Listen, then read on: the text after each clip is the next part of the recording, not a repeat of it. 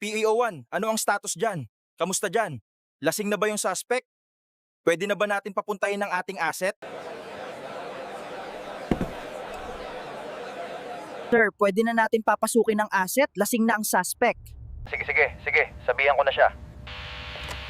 Pasok ka na sa bar, lasing na ang suspect, alam mo na ang gagawin mo, ha? Kailangan mo lang siyang kausapin, libangin, hanggang sa mapunta kayo sa plano nating pag-usapan. Sige po, sir, nakauna po yung mikropono ko nasa ilalim ng aking dibdib. Alis na po ako. Galingan mo. Laseng na ako, hindi ko yata kayang umuwi. Hi, Sir Pogi. Mukhang lasing ka na ah. Oo, talo ako ng kalahating milyon sa sugal. Wala nang natira sa pera ko. Kasalanan ko to, kaya kailangan ko maglasing. Oo nga no, ang laki ng talo mo. Sir, nakikipag-engage na ang asset sa suspect. Hindi ako aalis dito, bantay lang ako.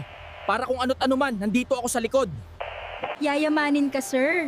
Gusto mo bang hatid kita? May sasakyan akong dala, baka mamaya kasi mapano ka, nag-aalala lang ako. Isang linggo na akong hindi nakakatulog, alam mo ba? Isang linggo na akong hindi pumapasok sa trabaho. Oh lady, pagkakataon mo na yan. Umiyak na, nag-open up na, linyahan mo na, pasok mo na yung mga pinag-aralan natin. Oh, sir, pwede mo namang ibahagi yung problema mo. Nandito ako makikinig sa'yo. Baka makatulungan kita. Sa ating dalawa lang to, ha? Kasabwat kasi ako sa nakawang nangyari sa bangko sa Mabalasiki, Pampangasinan. Lady, tuloy-tuloy mo lang ang usapan nyo, naka-record ang lahat. Alamin mo kung sino yung mga kasama niya. Hindi agad ako tumawag sa pulis. Hinintay ko muna kunin nila ang ATM machine tsaka ako tumawag. Siguro madami kayo, sir, kaya kinaya makuha agad ang ATM. Buong barkada mo ba ang kasama mo? Bali 5 kami, ako ang kasabwat, 4 ang nagtrabaho. Singhat, si T, si Nick, ako at si alias Bubog. Tagasan ba kayo, sir? Isang grupo lang ba kayo? Isang baryo lang ba kayo? Magkakababata ba kayo? Oo, mga kababata ko sila. Lady, hingin mo ang totoong pangalan ng mga kababata niya. Ngayon na, tanungin mo na. Baka biglang magising yan sa pagkalasing niya. Pwede bang mahingi ang tunay na pangalan ng mga kababata mo? Kasi baka mamaya bigla kang makatulog dyan, at least alam ko kung saan kita ihahatid. Sir, may papalapit na isang lalaki sa ating suspect. Tila ba kaibigan ito o kakilala? Pakinggan yung mabuti ang pag-uusapan. Wag kayong magpapahalata. Sige, isulat mo, baka mamaya makalimutan mo. Nandito ka lang pala, kanina pa kita hinahanap.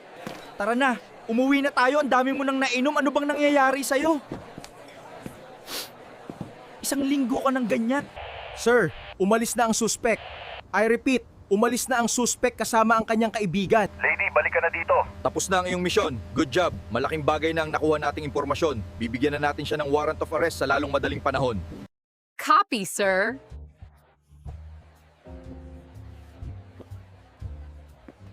Isang linggo ka nang hindi pumapasok sa trabaho at sinasabi mo sa akin na nakipagkwentuhan ka pa sa babae, nasabi mo pa ang mga detalye ng mga hindi dapat sabihin. Ano sa tingin mo mangyayari sa atin? Paano kung asset yung babae na yon, pare? Parehas tayo makukulong.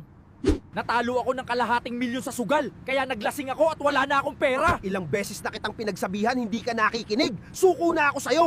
Hello, Lieutenant. Sapat na ang ebidensya na ating nakuha. Ayon sa sinabi ng suspect at umamin siya sa kanyang nagawa. Nakuha ko na rin ang detalye ng kanyang tirahan na deklara sa kanyang pinagtatrabahuan. Hulihin siya sa lalong madaling panahon.